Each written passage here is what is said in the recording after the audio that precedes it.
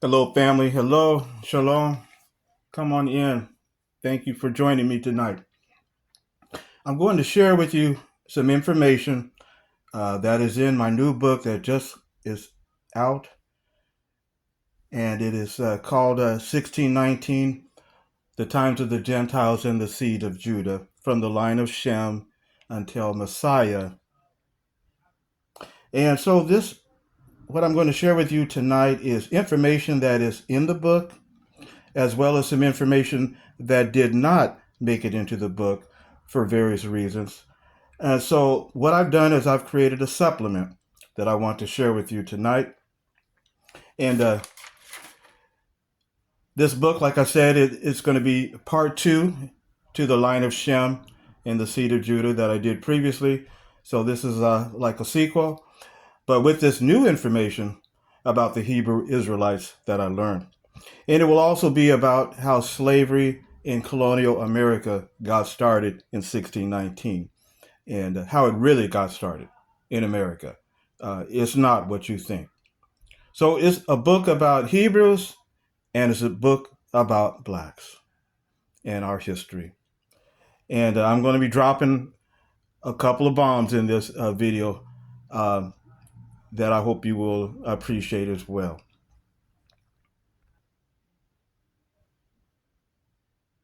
And in the book, too, I also included just a personal family story on my mother's side, my maternal side, about a story that was passed down through four generations from my great grandfather to my grandmother to my mother and then down to me about, say, 30, 40 years ago.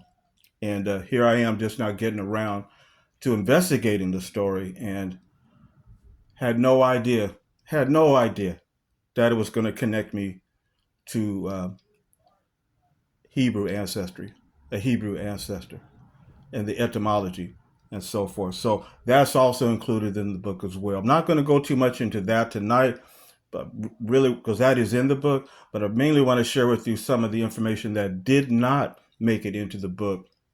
But if you pick up a copy and you read it, you will be able to follow along and you'll be able to see what some of uh, the extra information that will enhance the storyline as you read through it.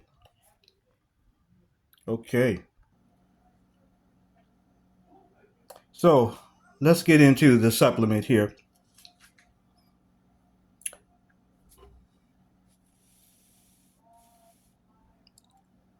So, throughout history, various nations had names to identify or describe African peoples.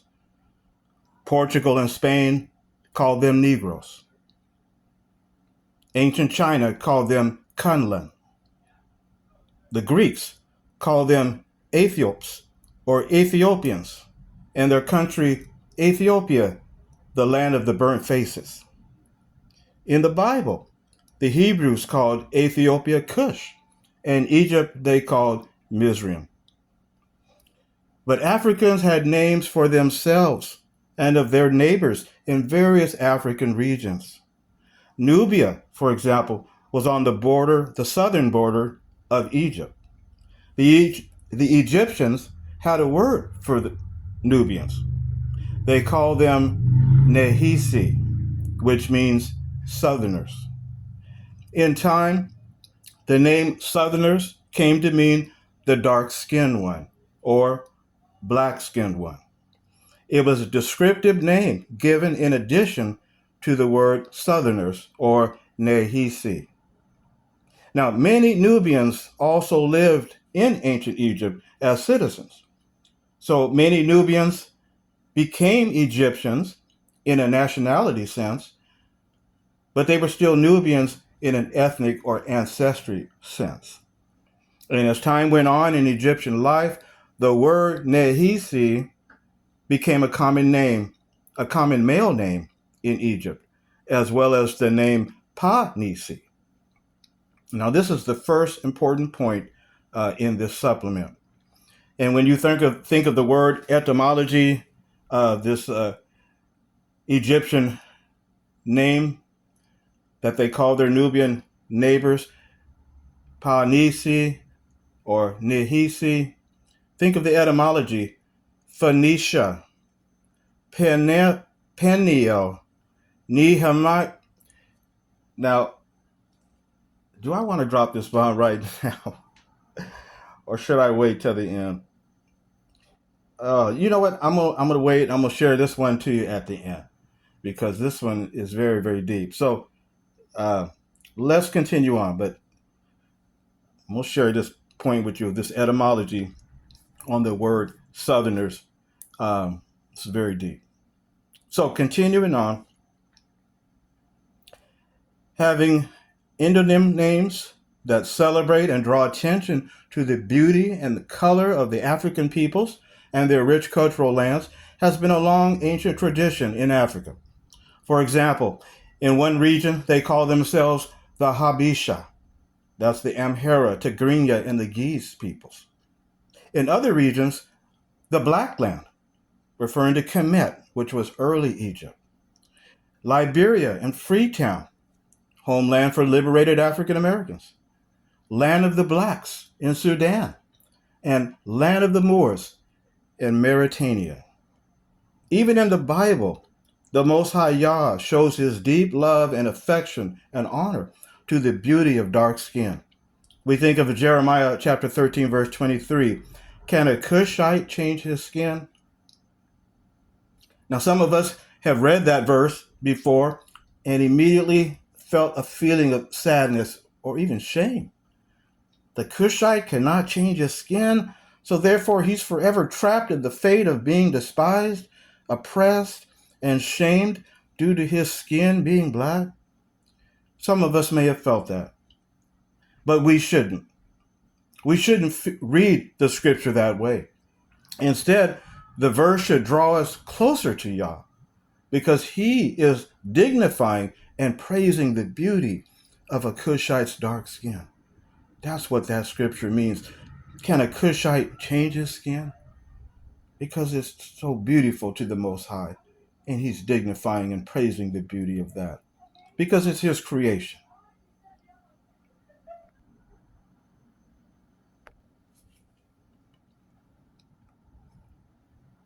I am black but comely, said the Shulamite girl in the Song of Solomon, chapter 1, verse 5.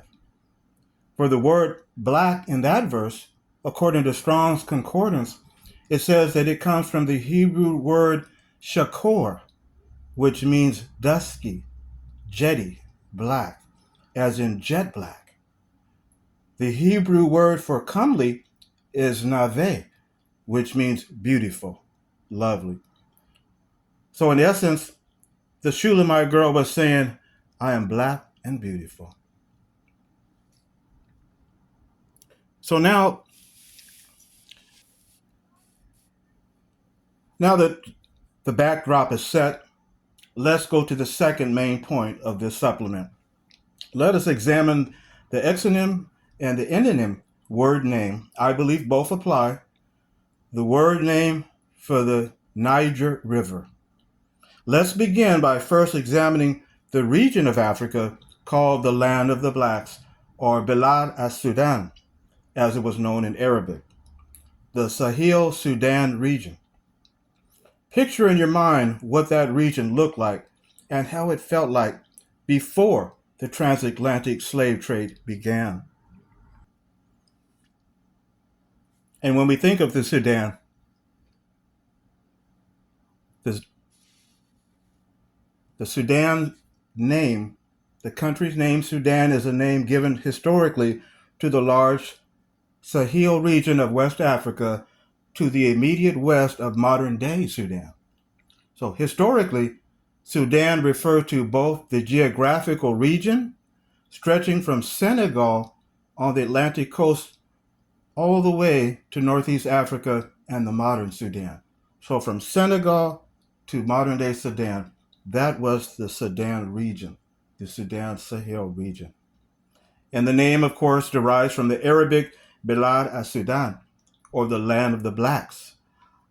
As prior to this time, Sudan was known as Nubia and Ta Nehisi, by the ancient Egyptians that we mentioned about earlier.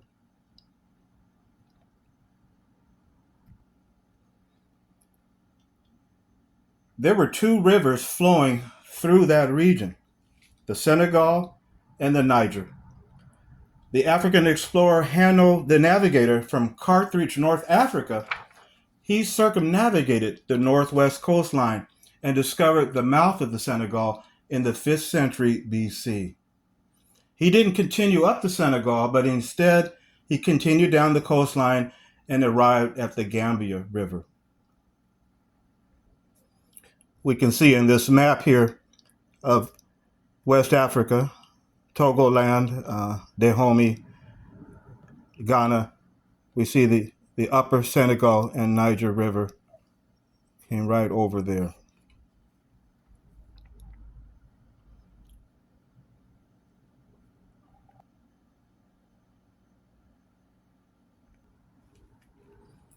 Now, in the days when the Europeans had little knowledge about the interior of Africa, they believed that the Senegal and the Niger was one single river. They called it the Western Nile because they thought it connected to the Eastern Nile. In the 1st century CE, Pliny the Elder of the Roman Empire mentioned about the Niger River in his Latin encyclopedia called Natural History, written about 77 AD. Based on his notes, it seems likely that he was referring to the Niger River. Now, the Latin word Nigris and Niger, truth be told, are pronounced Niger, not Niger. Okay? It means black, dark. But the Latin word was pronounced Niger. And we can see this from Strong's Concordance. Yeah, if we go to entry 3526, we see how it is pronounced. Niger of the Latin.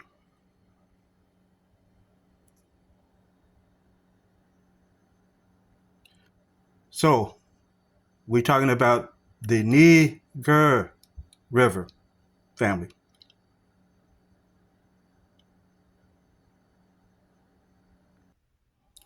However, Pliny the Elder, he didn't give the river its name. The name came from one of the local indigenous people inhabiting that region. No one can say for sure which indigenous group the name came from.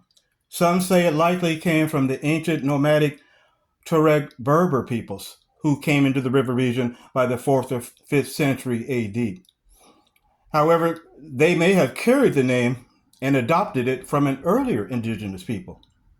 But nonetheless, the Tuareg Berbers called it River of Rivers, and they pronounced it Igaru Nigaru Rowan. That's how they pronounced it. Igaru Nigaru Rowan, the River of Rivers.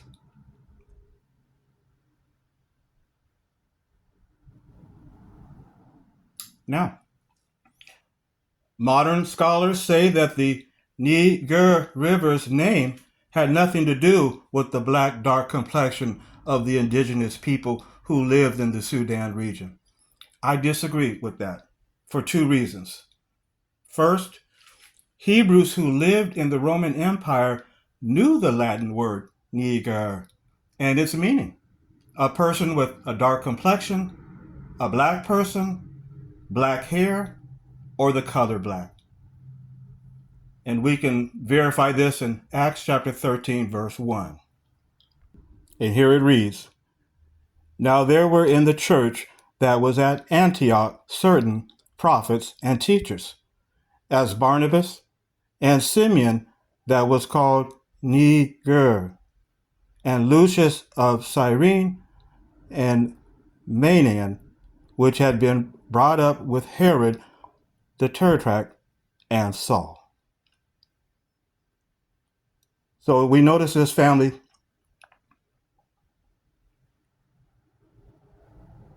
Do we notice this, family?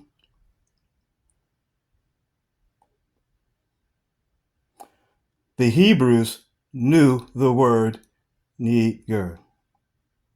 The Hebrews knew the word Niger. These were Hebrews here. Hebrew Christians that were following Yeshua in the first century. And Jesus had already returned back to heaven. And so now the early congregations, they were known as the Way.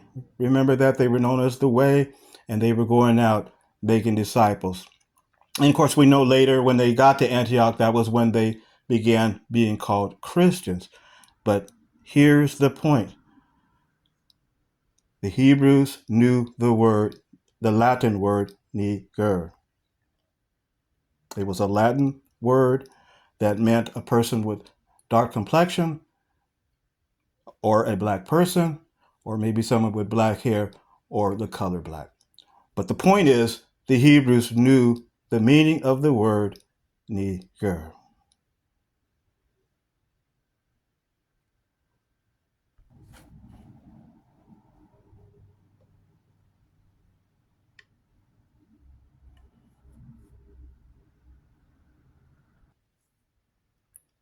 And I went to AI, and I just asked them how to pronounce the Tuareg word for Niger, and this is what it came out with.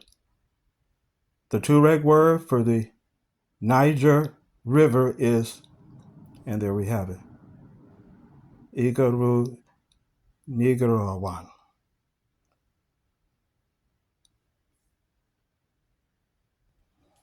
Now, the second reason why I don't agree with modern scholars trying to say that the Niger River had nothing to do with the peoples and its region, they're looking at it from the standpoint of, well, the river doesn't look dark, so that was not the meaning. That was not the etymological meaning of that word. It just was a local word that just means the big river. But the second reason why I don't agree, see, they're looking at it from a total different viewpoint. And this is the second reason why I don't agree with that, is that the Roman Empire, whose official language was Latin, had provinces in North Africa, Egypt, Libya, and also the former world power Carthage, whom after their defeat by the Romans changed Carthage's name and they called it the province of Africa.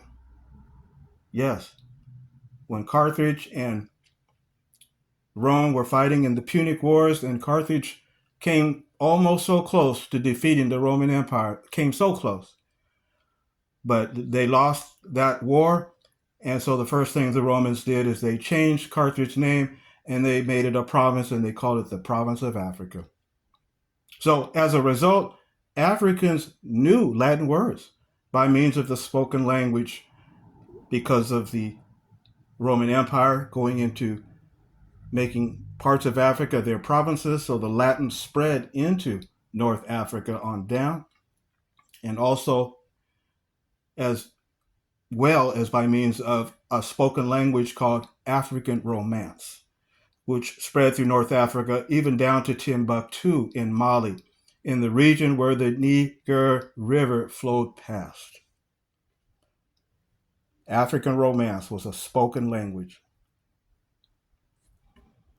So we see that African Romance, or African Latin was another phrase they used, is an extinct Romance language that was spoken in the various provinces of Roman Africa by the African Romans under the later Roman Empire and its various post-Roman successor states in the region.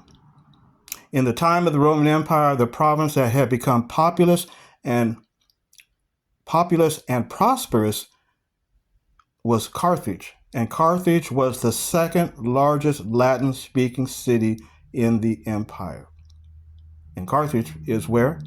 North Africa.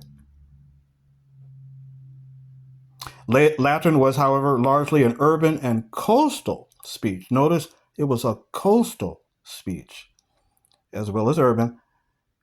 Mali, It is probable that Berber languages were spoken in some areas as well. And we just got finished saying how the Niger River, that the Tuareg Berbers were using that phrase to describe the river.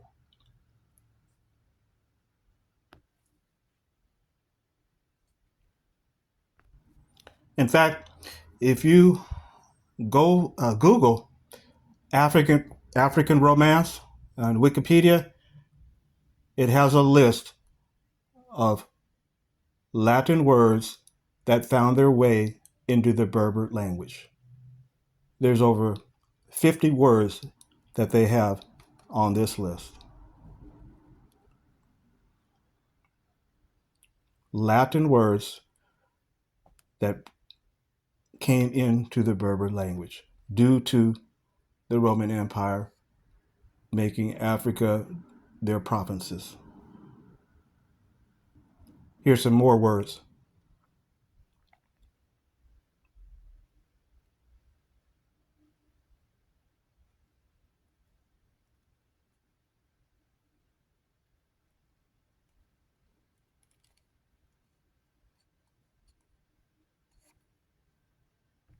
And here's some more words.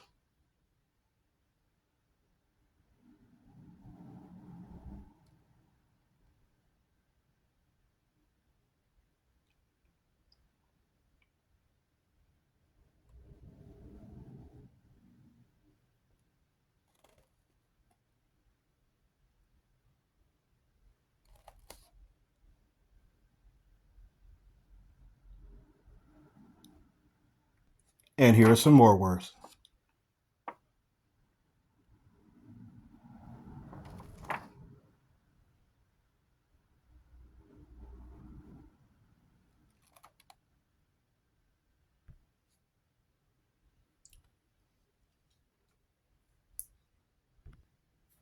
So Latin words found their way into the Berber language.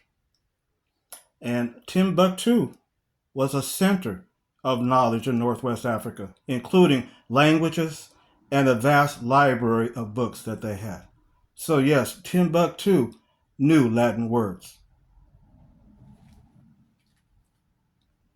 In fact, you can AI this too, and that's what I did. I put in, is there evidence that Africans knew Latin? The answer, yes.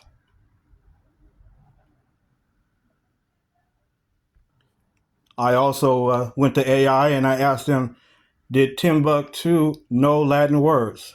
The answer, yes.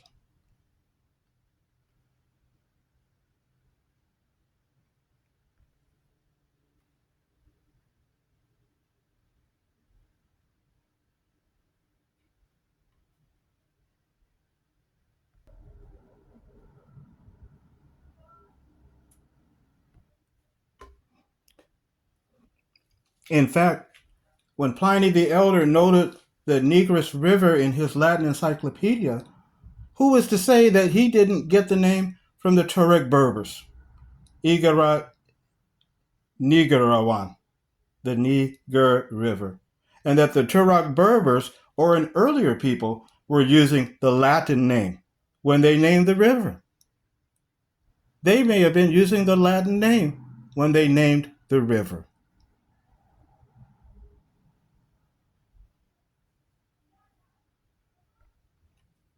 So Hebrews in the Sudan Sahel region knew the Latin word Niger, even before they fled Jerusalem in 70 AD and came into West Africa.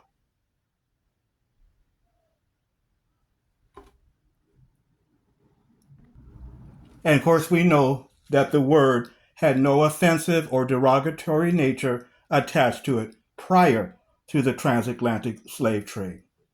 So just like how the Egyptians called Nubians Southerners, and then later the word morphed into the dark-skinned ones, the Nubians, then so too, the word Niger was already a part of the Tuareg Berber language in relation to the river, and they may have adopted the word from an earlier indigenous group, or their word was enhanced given a little bit more flavor by the Latin meaning of the word, connecting the river to the people.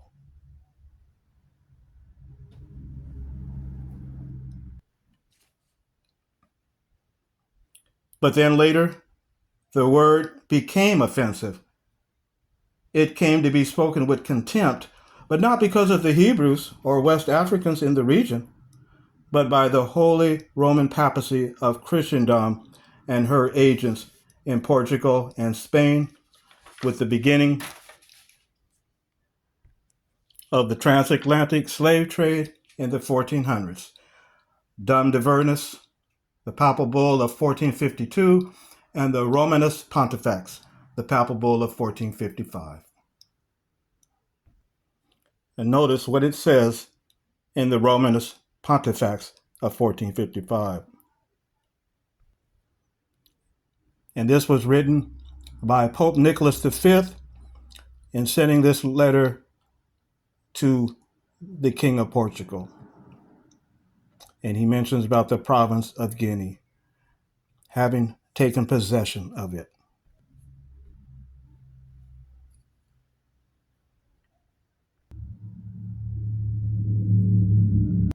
He goes on to say that war was waged for some years against the peoples.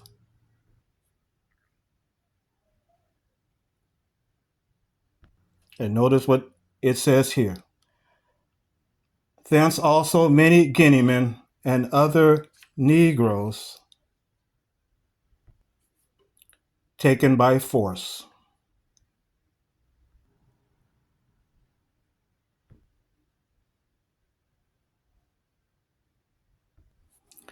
Now let's see how it was written originally in Latin.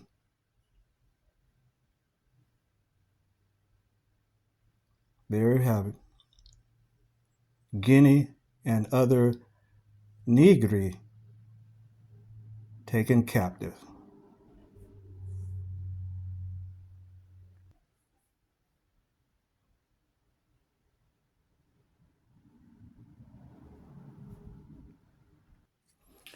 And the Latin word negri is simply just an inflection of the other Latin word niger. It's just an inflection. Just like you would say negro, then you would say negra or negrito. It's just an inflection of the word, but it means the same thing. And a scripture comes to my mind when I read this. And let's share this together. Let's go to Luke chapter 21, verse 24. And they shall fall by the edge of the sword, and shall be led away captive into all nations, and Jerusalem shall be trodden down of the Gentiles until the times of the Gentiles be fulfilled. Now, many of you have already come to the light of this scripture, but there might be some who have never read this scripture before, never looked at it in this light.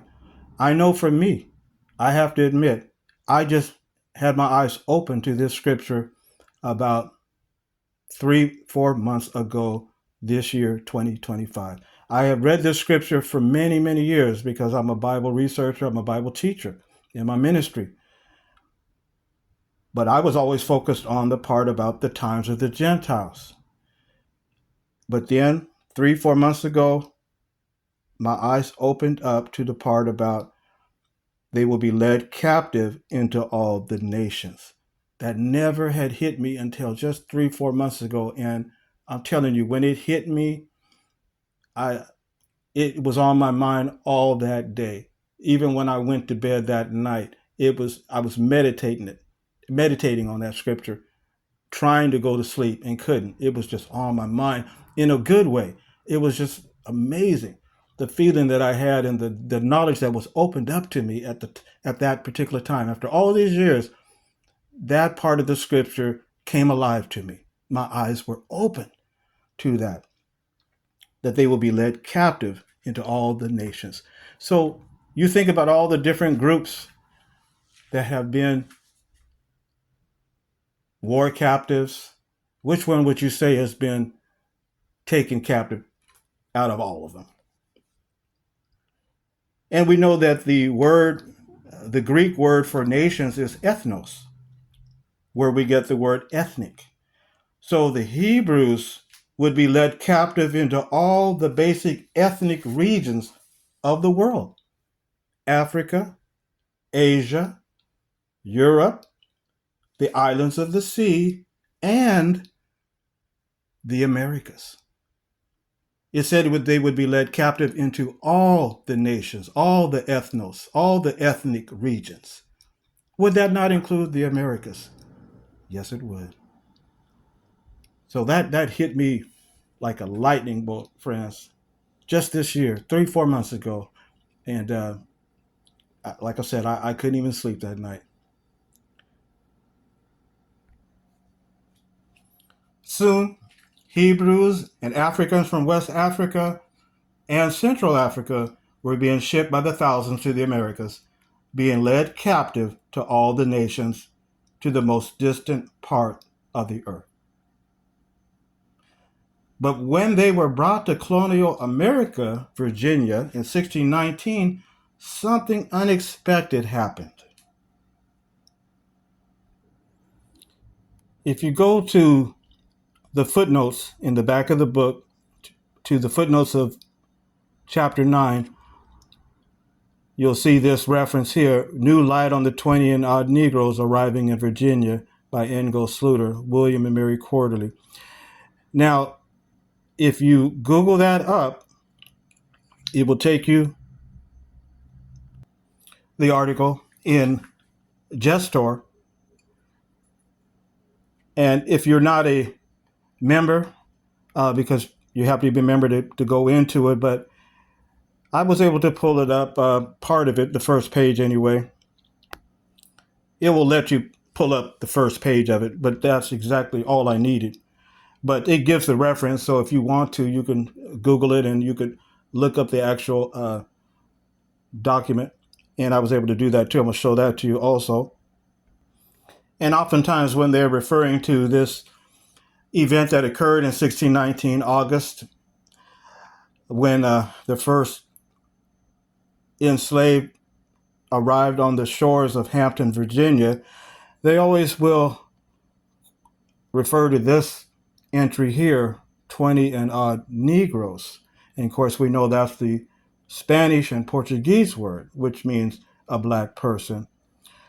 But there's also another entry in the journal, in the 1619 journal. This was written by a man named John Rolfe. And let me share that with you. He also refers to the 20, but notice what word he uses. This other entry says, they sold us 20 negars. Negars. But you know what's interesting about it is, while many Hebrews and Africans were going to the Americas, going to Suriname, Jamaica, Haiti, Brazil, when they came to colonial America, colonial Virginia, at this particular time of 1619, England, or Great Britain, they had not yet begun engaging in the transatlantic slave trade. They were not engaging in slavery at this time.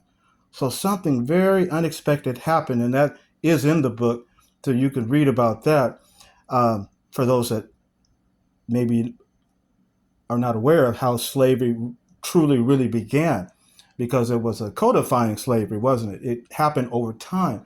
So for a while there were generations of free blacks, free Hebrews, and free blacks in colonial America for a time, until it was totally codified. And so that will be covered in the book as well, how slavery really began. And that is how the free people of color, how that began, and the Melungeons, and involuntary servitude. They were indentured servants, per se. They were not, quote unquote, literally classified as slaves at that particular time in American history, colonial American history. But they used the word negars to describe them. But And as we said, the Hebrews already knew that word. So when they came to the shores of Virginia, the shores of the colonial America and New York and Louisiana, which was held by the Spanish and the French, Florida was being held by Spain, New York was being held by the Dutch. They already knew what that word meant, but it didn't have a sting to them because that was the word that they used from their homeland when they lived in the Sudan region by the Niger River. So it was very interesting, but eventually over time, that word morphed into something offensive and derogatory in the South as slavery came on. When the United States of America was finally formed, 1775, whatever, July 4th, and we know what happened there on after that. And that word from the river Niger still to this day still exists. So we can see the etymology, the history of that word, where it originally came from. It was originally a beautiful word. It was a word of pride and beauty and honor and dignified respect of the Hebrews and African peoples. And then see how it degraded into something later when they arrived.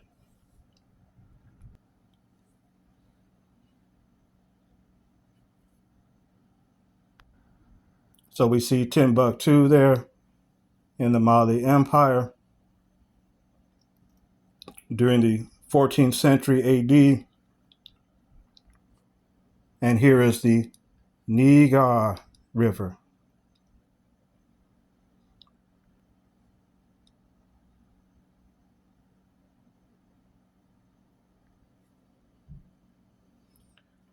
But during the times of the Gentiles, much suffering and enslavement came about. But during the time of redeeming, all the pain and stigma that became attached to a word that was once beautiful, but became twisted and corrupted, will be gone forever. Yah's people will be healed completely, physically, mentally, emotionally, spiritually, and the trauma of generations will be no more be remembered during the great Jubilee day. And with that, I want to conclude with a scripture in Leviticus chapter 25. Leviticus chapter 25, and let's notice verse 10. And here it reads, "And ye shall hallow the 50th year, and proclaim liberty throughout all the land unto all the inhabitants thereof. It shall be a jubilee unto you, and ye shall return every man unto his possession, and ye shall return every man unto his family."